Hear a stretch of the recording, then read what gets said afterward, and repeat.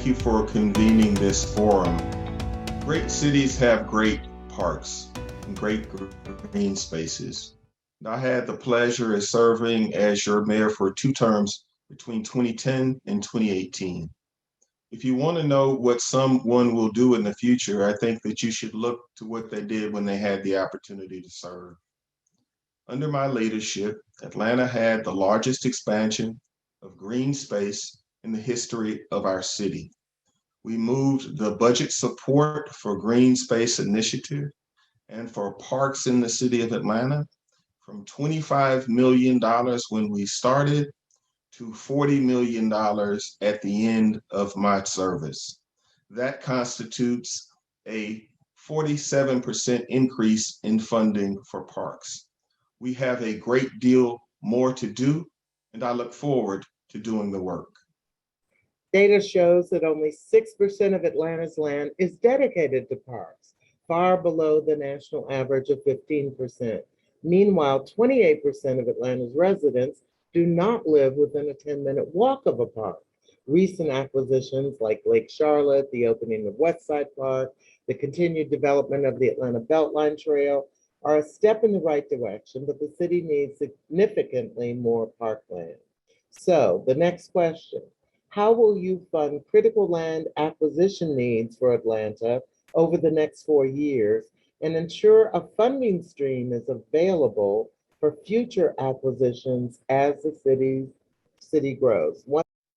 Thank you for the question. I'm going to launch a $100 million fundraising initiative to be highly aggressive about acquiring more green space before land becomes so valuable that we can't do it anymore. In addition, I'm going to have a naming rights initiative to provide naming rights for park projects in the future, such as the Westside Park, which is now the largest park in the city of Atlanta's history. During my administration, as I said before, we expanded the park budget by 47%. I intend to do so again.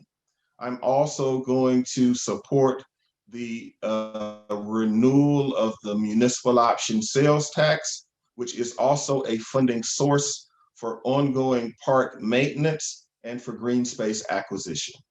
How will you ensure that major new park investments do not displace existing members of the community who cannot afford higher rents and taxes that are likely to result from quality of life improvements?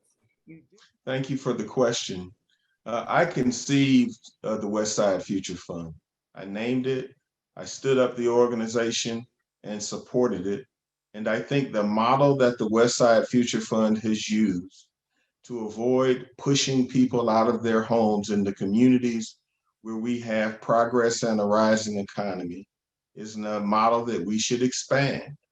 We need to raise private sector dollars to offset increases in the property tax digest.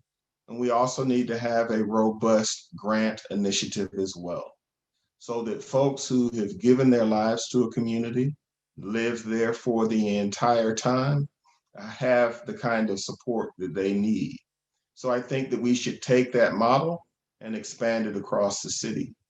I also think that the projects that are causing this kind of displacement should be used to also create a revenue stream to help people who live in the community pay the increased taxes. In other words, we should set up a fund that's powered by this growth and development to help people with these challenges on an ongoing basis.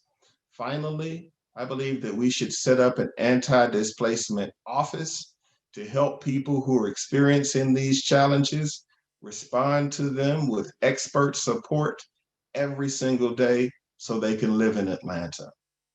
So considering the multitude of new parks coming online, the infrastructure challenges of existing green space, and the chronic understaffing of the Department of Parks and Recreation, green jobs training and workforce development presents an opportunity to increase employment, particularly among our young people of color, aged 16 to 25, who are not college bound, while also addressing the needs of Atlanta's Parks Department and Park System. How would your administration support and expand green job training programs? I think that we would continue the practice that we started under my leadership. We moved the pay for municipal employees to $15 an hour. That was done under our leadership. I think it's an important tool in terms of attracting talent. We also banned the box so that individuals who may have had criminal records in their past can now apply and compete. And I also think that we need to use the city's 33 recreation centers that literally run all over the city of Atlanta as recruitment tools to attract young people to lives of service in our park system and in our recreation system, because they can be powerful role models for people who live in neighborhoods throughout the city of Atlanta. Equity is about creating policies, structures, processes, and tools for all people to prosper, including low income and people of color. So, what policies, structures, processes, and tools will you advance in your administration to ensure that historically disenfranchised communities receive equitable investments in their parks and their green spaces, as well as public resources necessary to maintain them? Thank you for the question, Ms. Dorsey. The first thing that I would do is address that the overall park system has been falling behind in the last 4 years. We slipped from number 40 in according to the Trust for Public Land in Greenspace and Park Services to number 49. That's 9 positions in 48 months. I would fully staff the Parks Department. I would move the schedule from the current schedule that goes from April until October, and park maintenance needs to be year round. That will help make sure that everybody has a clean park that is usable for their community. I will also achieve the goal that we set of having a park within 10 minutes of every resident in the city of Atlanta by launching a $100 million fundraising campaign to acquire real estate to achieve that objective. It's essential that we do it now because we won't have time later in the future because of the rising values of property in the city of Atlanta.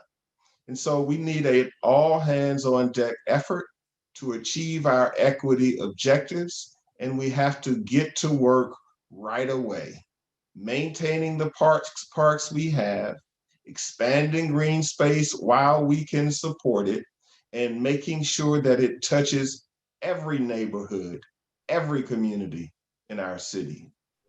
Speaking of impervious surfaces like roads, parking lots, and roofs, they prevent rainwater from soaking into the ground. And when it rains in an urban area like Atlanta, flooding can occur, which may lead to property damage, a degraded natural environment, and even become a threat to public health and safety.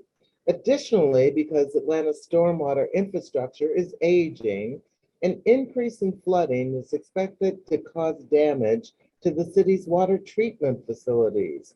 A stormwater utility fee would provide necessary funds for the operation of a stormwater management program to provide for necessary maintenance and new infrastructure to address the impacts from stormwater. That's a long way of saying, do you support the establishment of a stormwater utility in the city of Atlanta? And if not, why not?